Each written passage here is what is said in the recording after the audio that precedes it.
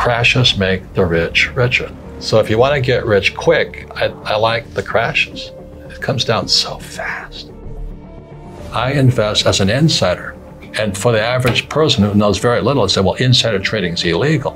No, it's not. So when people say, how do I change my life? Well, you change those words. I wouldn't go to school because you learn nothing about money in school. I wouldn't get a job because if I have a job, I'm an employee. And then I'd pay taxes. And I don't pay taxes. And I don't save money. And I use debt to get rich. And I don't invest in the stock market. That's why I'm rich. And so the young people who are listening right now, they're saying, but that's what my mom and dad said. But that's what mom and dad say all over the world. So to the young people, I just say challenge or question what you've been taught. Because from the Bible, I'm not religious, the word becomes flesh. So if you say, go to school, and you say, but I learned nothing about money. Get a job, you become an employee. Yeah. If you're an employee, you work for money, I pay taxes. Then they tell you to save money. Why would you save money when the government's printing money? And get out of debt? Well, debt is money. I use debt to get rich. Most people use debt to get poor and invest in the stock market. I don't invest in the stock market. So when you wonder why so many people struggle financially, is they haven't challenged the hypnosis, the words, go to school, get a job, work hard, save money, pay taxes. Until you question those hypnotic trances, you don't change. So when I was a little boy, I had poor dad and rich dad, saying, in your head. He's saying, go to school. My rich dad goes, what a waste of time that is, Right. And the way my rich dad taught me is just playing Monopoly. 4 greenhouses, 1 red hotel. I learned about money. I learned to be a capitalist, not an employee. I don't pay taxes. I use debt for money. And I don't invest in the stock market. And when I say that to adults, they get angry at me. So, well, that's what I've done. I said, well, that's why you're poor. But when I said to young people, you have a chance yet. You have a chance. I'm not saying I'm right. I'm just saying question the hypnotic trance put in your head, because that's what keeps people poor. The economy doesn't exist out here. The economy exists in here. Yeah. And until you change the words become flesh. If you get a job, you're an employee. If you save money, you're a saver. And why would you save money when they're printing money? And they say, invest in the stock market for your pension. Well, why would you do that? Because that's how they get your money. And get out of debt when guys like me are using debt as money. So question it, that's all I'm saying.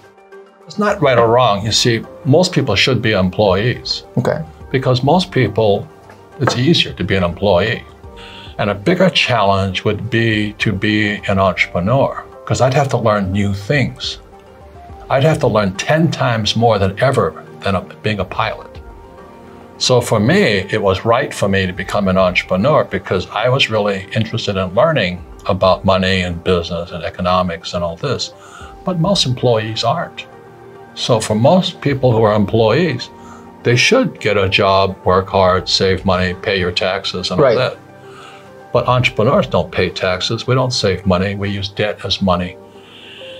And everything's different. And I don't invest in the stock market. But I had to pay the price, which was get my own education, not the stuff they teach you in school. So what do you think that person should do? They've started to question their beliefs.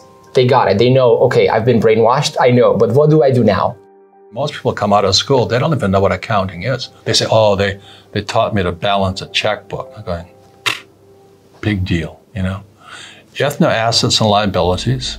You must understand taxes. The rich don't pay taxes. Yeah. And the rich use debt as money. So the question is, that's what I had to do when I was in my 20s. I said, how is it the rich learn to use debt as money? That's a challenge. And the brain goes, because it doesn't make sense. Yeah, it doesn't. Yeah, you got it. And then how do they not pay taxes? The biggest thing for most young people is that our schools teach us to be ICs, independent contractors. Okay. Or self-employed or Even if you're an employee, you're still an independent contractor who has a job. And you do it by yourself. You can be the A student from Princeton, but I go on this field with 15 tough men, kick your ass. And so the average guy is coming out there, you know, like, oh, I got an A, I went to Princeton, I went to Harvard, and corporate America comes out and they go, boom.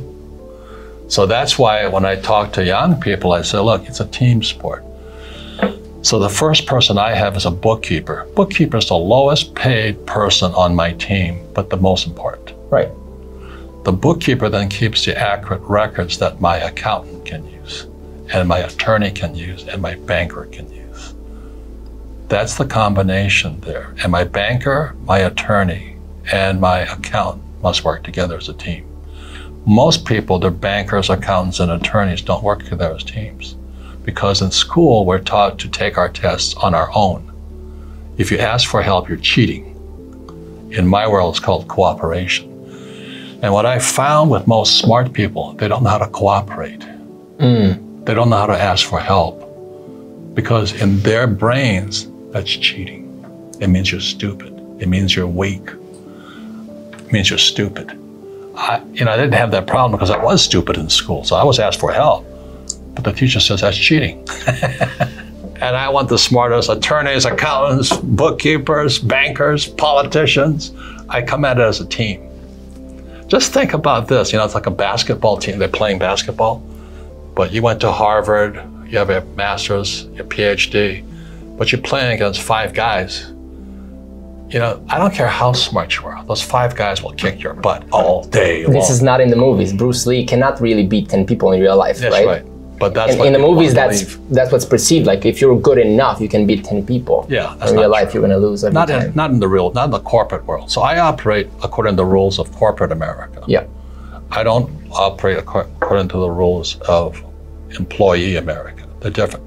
The tax rules for corporate guys is less than employees. Employees pay the highest taxes. Yeah. Guys like Trump and me pay 0. The biggest thing about fake is, the dollar became fake, the US dollar became fake money in 71. But it's the fake teachers. Why would you listen to a poor person? Why would you listen to a poor person about money? And that was my poor dad. Very good man, PhD, but he always says, go to school, get a job, work hard, pay taxes, get out of debt, and invest in the stock market. He's trying to hypnotize me. And my rich dad, thank God I had a rich dad, he goes, you gotta be an idiot to follow that advice. And so if you don't know accounting, you don't have accountability. Yeah. You have accountability in your life. And then you can question when somebody tells you to invest in the stock market, I go, well, when do I get my money back? So in fake, I talk about the infinite return. I never use my money. I don't need to save money. I use debt 100% of the time, and I don't pay taxes. So I took real estate courses, not because I like real estate, because real estate is about debt and taxes. Right. So the more debt I use, which is real money, debt is real money, the less tax I pay. And especially with the interest rates right now, that have been lowest in the last 5,000 years or something like that. Money is cheap right now, 0. Get it free. Yeah. Why would you save it? Why would you save it when they print it? It's until you question, all the young people just question what's inside that head. Who hypnotized you? And I talk about trading, investing. I invest as an insider. And for the average person who knows very little, they say, well, insider trading is illegal. No, it's not. But they've been programmed to think it's illegal. There are certain forms of investing where insider trading is illegal. But for the most part, it isn't illegal. But what fires off, because they've been hypnotized, oh, insider trading, he's a crook. Oh, and he doesn't pay taxes. Do you think I'd be writing about it if I was a criminal? So I wrote fake so people could challenge the hypnosis in their brains, go to school, work hard, pay taxes, get out of debt. I use debt as money. Because in 1971, money became debt. People look at it now, and because they're scared and they're safety oriented, thinking, oh, I couldn't really start now because there's a financial crisis coming. Yeah. So why would I start now? So it's still the safety that they're looking for. So what would you think about, what would you say about that, about the financial crisis coming up? If, well, there should be some sort of corrections happening in the future. Well, let me ask you this. If you had bought a ticket to get on the Titanic, right? Yeah. And you knew it was going to sink, what would you do? Not buy the ticket. Well, let's say you already bought the ticket. Okay, I'll build the best boat to get out of it. I would be getting ready to get off of it as quickly as possible. Okay. You know, I would be looking at life rafts and checking things out and, you know, things like that. Yeah. Because we're going down. Yeah. And this is the difference. Crashes make the rich richer. So what happens is, there's an old saying in investing, the bull goes up the stairs. There's bulls and bears, right? Yeah. So the bull goes up the stairs, the bear goes out the window. So if you want to get rich quick, I like the crashes. Because you can buy low. Oh, shit, it comes down so fast.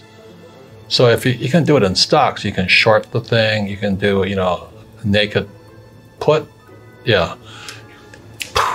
You can be instantly quick.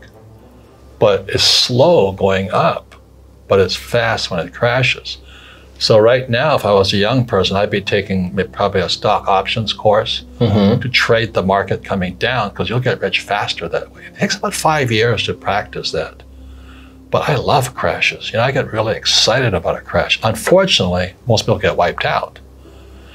But nonetheless, the facts are crashes make the rich richer. That's why fake is fight fake with facts. Yeah. So if you want to get rich quick, you know, it's when the Titanic is going down, you can sell lifeboats. You have to make mistakes to learn, but our schools punish you for making mistakes. And then they also punish you for asking for help, because that's called cheating. I call it cooperation. Yeah. So everything is opposite from school. You know, entrepreneurs are not going to make good employees. So you might as well think of your conditioning and do the opposite, and you're probably better off. Well, you got to change, go to school, get a job, save money, pay taxes. Yeah. You know, the question right now is, how do I make so much money? I use debt and I pay no taxes legally. I said, I wouldn't be saying that if I was crooked about it. But I don't have to hide because I do it legally. When people hear this advice, then they go out in the world, and me included, but let's say I've done some sports, you've obviously had military training and all the things that I think evolved discipline in you, I'm thinking. But what would be your advice to toughen up? Because otherwise, any challenge that faces you, you're just going to fade and go back to safety. Correct. Well, I think that's one of the biggest problems is that people, the word is called resilience. Okay. If you know, like the greatest athlete in my time is Tiger Woods. Well, he just won a championship again. Yeah, but he went way up, and he came down as, you know, his wife caught him cheating, you know, everything, the humiliation, and then his back goes out, he has surgery. And after this long down period, he comes roaring back up to the top. And if you've ever been to Augusta, the golf course where the Masters was played, that is the toughest golf course I have ever seen. I don't know how those guys play that course. Yeah. You have to be a mountain goat to play that course, you know? And these guys are taking shots from down here, the green's up here. And these guys are going, holy mackerel. So he came back. So if there's a story of resilience and determination and a comeback, it's Tiger Woods. I mean, my esteem of, I'm in awe of that guy. He is really a great man to come from the top to the bottom, back to the top, you know. And we all have that in us, except in school, we told, don't make mistakes. You know, if you fail, you're stupid.